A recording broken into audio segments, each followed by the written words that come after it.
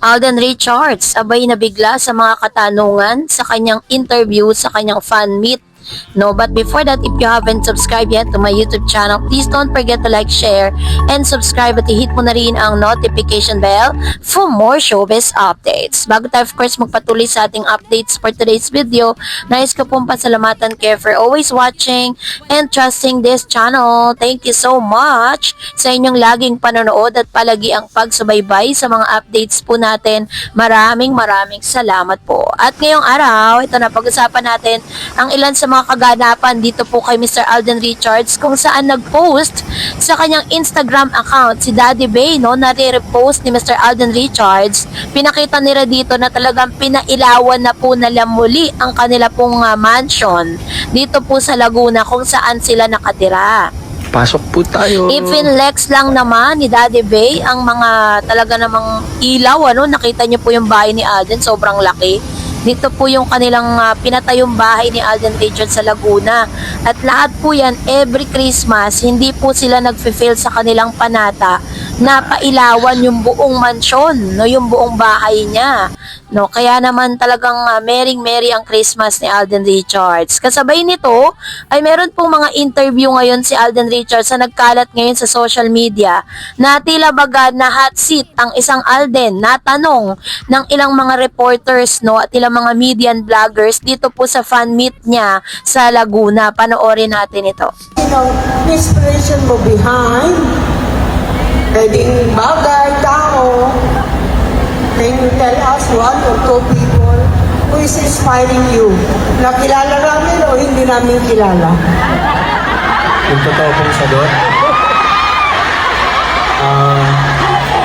Kayo naman. Showbiz na naman agad kaya kayo nag-uwa. Again, once and for all, please be truthful to us. I'm so honored, Your Honor. Your Honor, We have been honest to you. We've been truthful to you. Once and for all, since 15 years ka na sa showbiz, I think we deserve a little something for us to be happy this Christmas.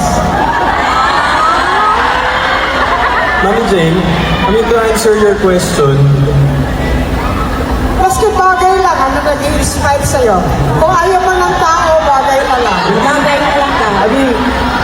to answer that question truthfully, Yes. the reason why I keep on going and the reason why I keep on moving forward and, making parang deciding on to venture on different things is because of you, of our fans. Kayo pong lahat yun.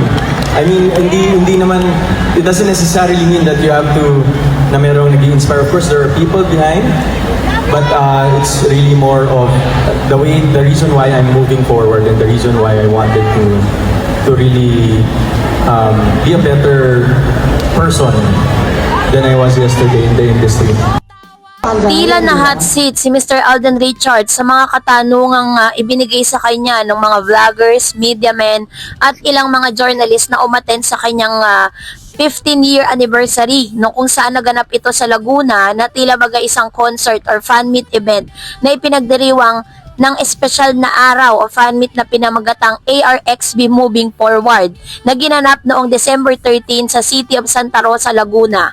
Ayon sa kanya, ang event ay tungkol sa pasasalamat at pagpaparangal sa mga taong inabot niya sa kanyang career at siya mismo ang personal na nag-ayos ng mga detalye. Mula sa pagiging supporting roles noon, unti-unti niyang naging isa sa hinangaang aktor sa kanyang henerasyon. Tumatampok sa iba't ibang serye at pelikula. Ayon kay Alden, ang pagtulong sa mga tao sa pamamagitan ng makahulugang mga kwento at karakter ang ginawa niyang pinakapundasyon ng kanyang paglago sa industriya. Bukod sa kanyang karera, aktibo rin si Alden sa AR Foundation, isang organisasyong tumutulong sa mga nangangailangan lalo na sa pagbibigay ng mga scholarship. Sinasabi niya na mas masaya at may saysay para sa kanya ang makatulong kaysa simpleng magkilala lang sa industriya.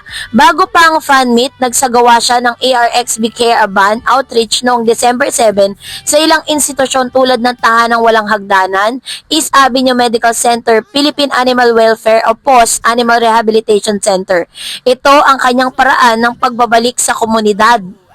Si Alden ay inihalal na isa sa mga Anak TV Makabata Star Hall of Famers kasama ng mga kilalang personalidad at mamamahayag.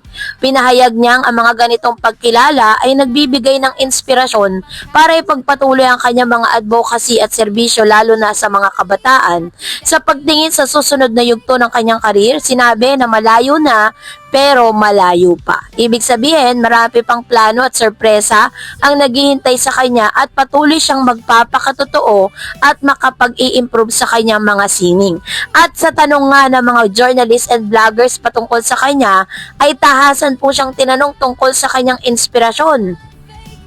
Ito ba ay bagay, hayop, or tao? So, dahil dito, ay nag-react yung kanyang mga viewers kasi iniisip po nila na yung inspirasyon, it talks about the personality in showbiz. So, kasi syempre, dahil artista siya, ine-expect ng mga viewers niya na meron siyang isasagot from the showbiz kasi parang meron pang follow-up na statement yung nagtanong sa kanya na sabing ganon, Alden, please be truthful to us. Kasi parang nararamdaman kasi ng ilang mga journalists and then mga interviewer na parang si Alden, parang hindi siya nagpapakatotoo sa mga sagot niya, 'di ba?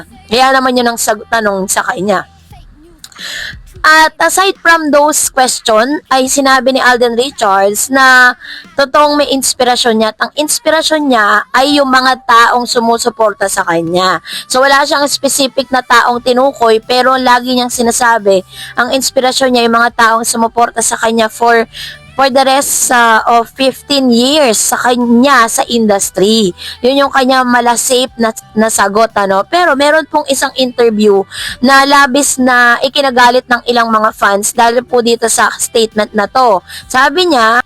Sabi ng interview, CJ Reyes, para sa'yo, sino ang artistang daming project pero hindi deserve? Sabi ni Direk Ronald, yung walang karapatan, ang dami nila. Ako feeling ko yung Alden Richards. Sikat siya, oo, pero kasi maraming mas dapat i-build up kesa sa kanya. Mas maraming deserving daw, na pwedeng bigyan ng mga proyekto. Bakit daw si Mr. Alden Richards? So parang kini-question nitong si Direk Ronald yung kakayahan o yung inabot ni Mr. Alden Richards. Well, syempre may kanya-kanya naman tayong opinion patungkol dyan.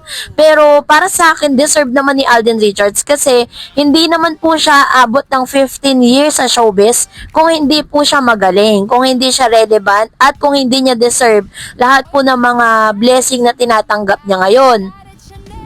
It's just so happen na syempre may kanya-kanya tayong mga panlasa, may kanya-kanya tayong mga opinion na minsan yung hindi porket opinion mo yan na yung tama. Ganon po kasi dapat yung kaisipan ng isang tao. Pag opinion kasi ibig sabihin everybody has the freedom to express what their opinions. At yun po ay isang isang statement na talagang napag-usapan sa social media.